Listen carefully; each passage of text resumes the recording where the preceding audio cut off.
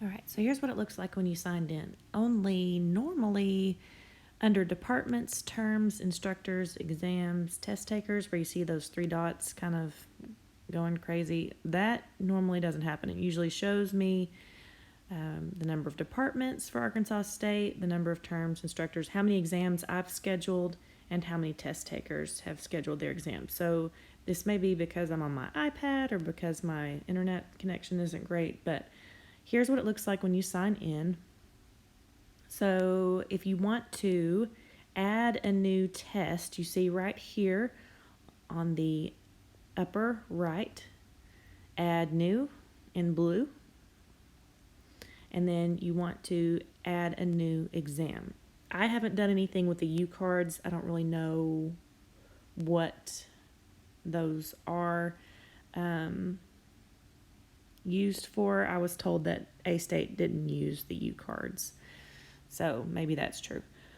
So after you click on Add New Exam, here's where you can title your exam. You can select the mathematics department there, and you can put in an incident user. You can add yourself as an instructor. This is only available to you once they approve you as an instructor. You won't find your name there until they do.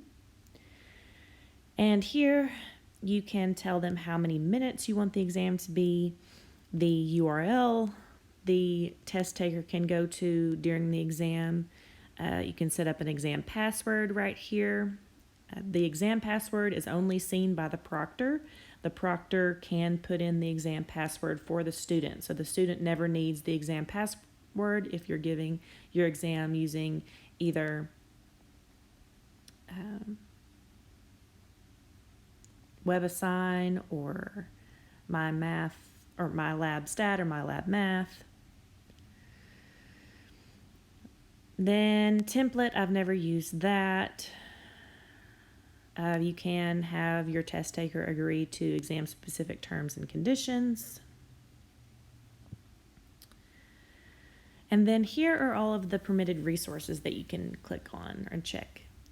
You can either allow your students no resources, you can give them access to a book, an ebook, calculators, different calculators they can have on the test, notes, whether they can have notes on their test and what kind of notes, web, access, scratch paper, whether they can have scratch paper or not, whether they can use software or not, and whether or not bathroom breaks are allowed while they take their test. Most of the time, I require that my students complete their test in one sitting, so they know ahead of time that they're not allowed to leave the screen during their test. You can also restrict the browsers that they are allowed to use and enter any other resources that aren't available for you to check. Then right here, this is important, expected number of test takers. So however many students are in your class, that's how many test takers you expect. And then any additional exam notes.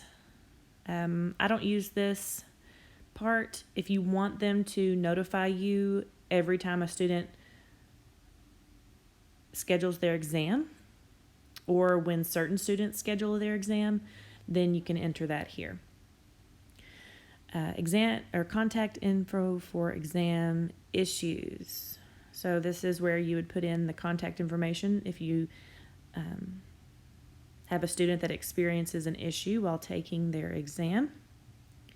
Then windows. Here you can make a window of opportunity for your students. You can narrow this down all the way down to when your class would have regularly met in person, down to that 1 hour where every student that's taking this test has to be at their computer during that 1 hour that they would have ordinarily been in your class. Or you can give them a wide window, 1 or 2 weeks, 3 weeks to schedule their exam, and you tell the proctor when their first scheduling can occur and when their last scheduling of their exam can occur. Then when you're done, you click right here, submit for review, and it usually takes a couple of days, but they email you when they have approved your test for their proctors. So I hope this answers a lot of questions. I'm going to go back here to Proctor U Home and show you one other thing. So when you have an approved test, then they show up here. And as you can see, I've got several here. There are a variety of columns that give you different information. Under test takers, what you can find is you can see how many of your students have actually scheduled their exam. So if you don't want ProctorU to email you every time a student schedules their exam using the option on the previous page, then you can just come to this screen, and I'll do a previous one here. I'll click on a test that I've already given. So if you need to make any changes, this is how you make changes too. Once your test is approved, if you click on the test, you can hit exam options, and then you can hit edit this exam. So if you submitted and you need to make a correction, or if anything comes up that you need to add to the instructions, you can click on exam options and then edit this exam. Also looks like you can clone this exam. Okay. Then down here, you see all of the names of the students that have registered for their test. So you can tell when they registered, when they completed their test. You can make sure that everybody who is in your class has registered for their test ahead of time, like they need to. Because if a student does not schedule their exam with ProctorU at least 72 hours in advance, ProctorU does charge them a late scheduling fee because the proctor that they are scheduled with did not have much notice for being there while they took their test. So again, I hope this answers questions that you may have had. If I didn't cover something and I know how to do it, if you want to email me, I'm happy to answer questions, but hopefully this was a good introduction, and it's helpful in case you need to use ProctorU.